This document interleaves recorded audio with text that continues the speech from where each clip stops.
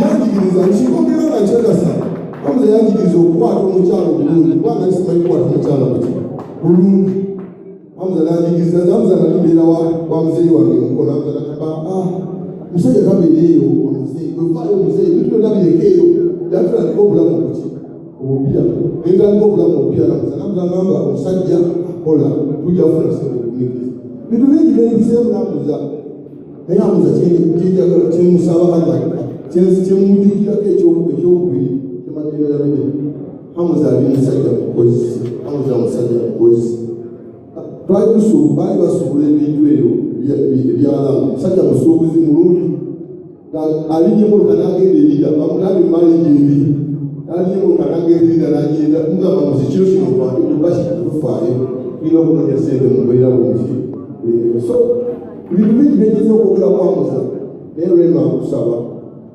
uzobaletonabanako face to face nezize muwagizi wasooka asinga ndi muwagizi wennyo era nasaba Allah atende mukaira aguwa omwana kyesinga okusabira aguwa omwana kubanga kyekirabo kyoyinza okuwa dokita ekirabo ekikulu ate ngokakasa teri musajja agenda kubana mukwana gwe mmanyi nga nze namuza Hamza yakwagalanga bwetwakibwera amanyumizi lumu tukayokemozirekwe nebitulibale munasibwa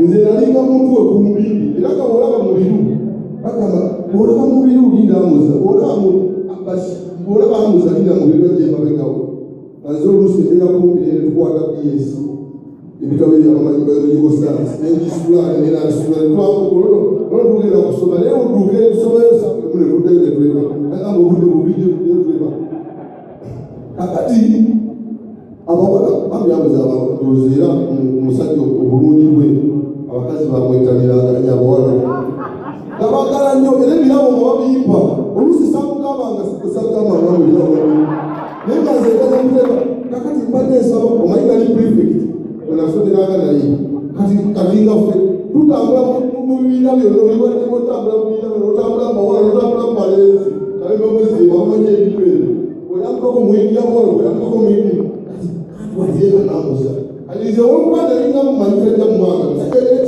musajja wakitiibwa sebo talemalaga ebipanga kwange era okusiima agamba nga nijjakwanga nkiyinza okutwala ebisira bye kubanga n'ebisago byalinga bitumenya agambasa lumu nyireberawo bebampa omukyalo omwalo oyo kyamujika bali bamuyita mayi mayiga ayinza oba amujjukira yampa ekitabulagamba kitwali Hamza mayomanyi ate nebiro byambadde birabika bulungi ali nalina nanga akakyala ke nalikwala mu kirase era wansi negamba leero luno ofunye tegenda otandikirako nange nenkwalawa nerwala nemugamba kubulidde ekirabo ebikumusala mugambanga leero bwebasulanga agambanga babashiri kyosooka okukola bwebofuna omukyala sooka omanye obulamu bwe Hamza musajja kutumulamu takigizibwa ebintu bingi banange tumula wange wano naye buli amazzi gaganzija tutuwagalira Hamza era mamaasimanyi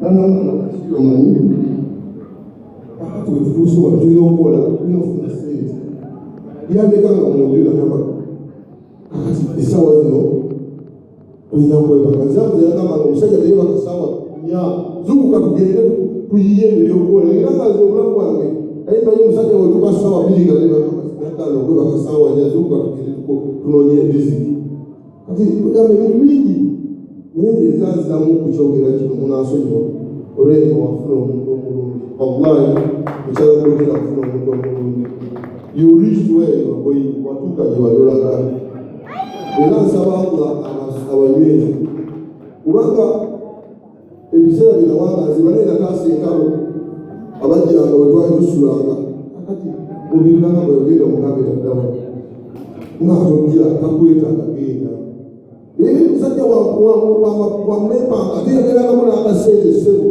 era ni musajja nga mukozi Hamza teyabeeranga mwavu kuva ejjinja saadi baaliija banosaadi saadi lumwera era anansonyiwa fiizi zaali ziganje olwo namugwana nagwe fiizi ziganje kwata sente musajja mugagamza yaganyiza era bwagamba muno tajja kuwa bwagamba gwakwagala abakwagala Hamza teyekwenya kwenya Hamza alina omukwano omwana omwana amadala era nebaza akyekibirige era mwebaza nnyo okuzaala omwana omulungi akamuza byobira omuntu yenna akakira mu nsi abamusajja mulungi nebaza nyakyekibirige nebaza nnyo taata allahumma gfir lahu arhamu nebaza nnyo ne taata yamuzaala saba Allah akuwa ekisinga obulungi mwena abaze Allah bawerekere bulungi musanyukideko nyo bantu kristo wala saba Allah akuwa ekisinga obulungi wale kulwana wallahi oli mulwanyi seba wale kulwana nani wale kulwana oli mulwanyi nani alaykum wa rahmatullah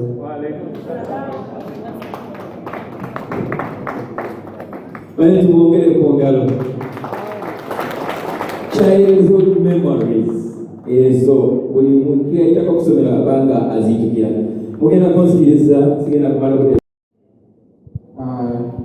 medical school abasinga bakutamu na Masaka.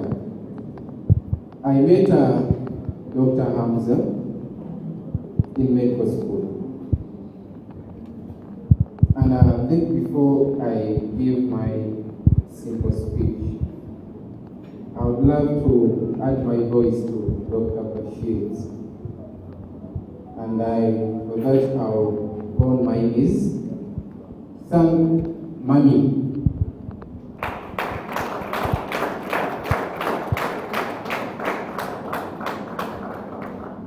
Daddy may be so rest in peace.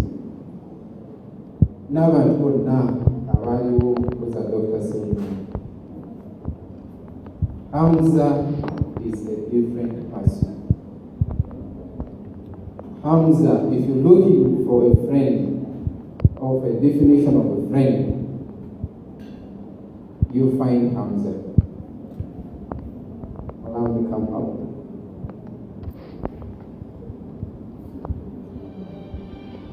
Sebunya, when I was at medical school, I got to know that he was doing some other things as a business person.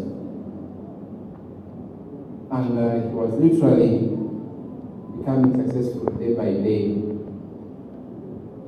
And my first question to him was, Dr. Hamza, why did you choose to come back to medical school?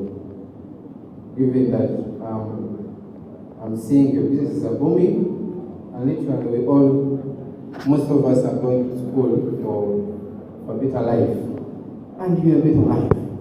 So why I can't come to school now to do it? Hamza was like, Dr. Caesar,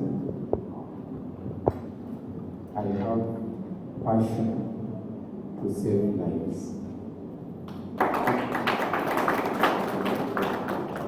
And I came back to medical school for that. And with you friends, I know I will go through this. Sebunya, yali musajja abeera busy, naye nga mubezi nnyo.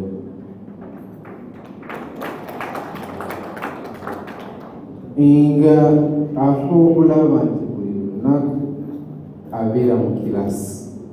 N'omuza naye Hamza, ebintu bikola otya? N'ogamba leero ogenda Dubai, ate ekyenda wakola mu kirasi. Ogenda kusobola bintu byo, ogenda China, aye n'okuba n'osoma naffe. So I got inspired as a person. And Dr. Hamza, before you, I know you know how much I treasure you and I love you. I want to thank you. I'll be honest. Hamza has groomed me into someone. I look up to him and I say, if it wasn't Hamza, if Hamza didn't come into my life, if Hamza didn't open up to me, maybe Caesar would have been able to finish medical school. But because of Hamza, I would say I'm now a doctor. So brother, I want to thank you. I pray that you continue having that heart of yours. And I know you will. 2019 was our year. 2020 we began with smiles. I pray for a better life ever. I thank you so much for listening to me. Here I came with colleagues. I'll allow them to say their names. Thank you so much. Thank you. Good evening. I'm Dr. Hamza. I was a colleague with Hamza at medical school in Makerere University. Thank you. I'm Dr. Ibrahim, a colleague, a friend to Dr. Hamza, Makerere University. Maybe lastly, I want to thank Mommy. Mommy Rema, thank you so much for loving my brother.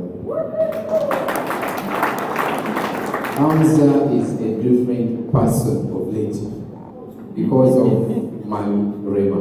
Thank you so much. Ate tannaba atandika butandisi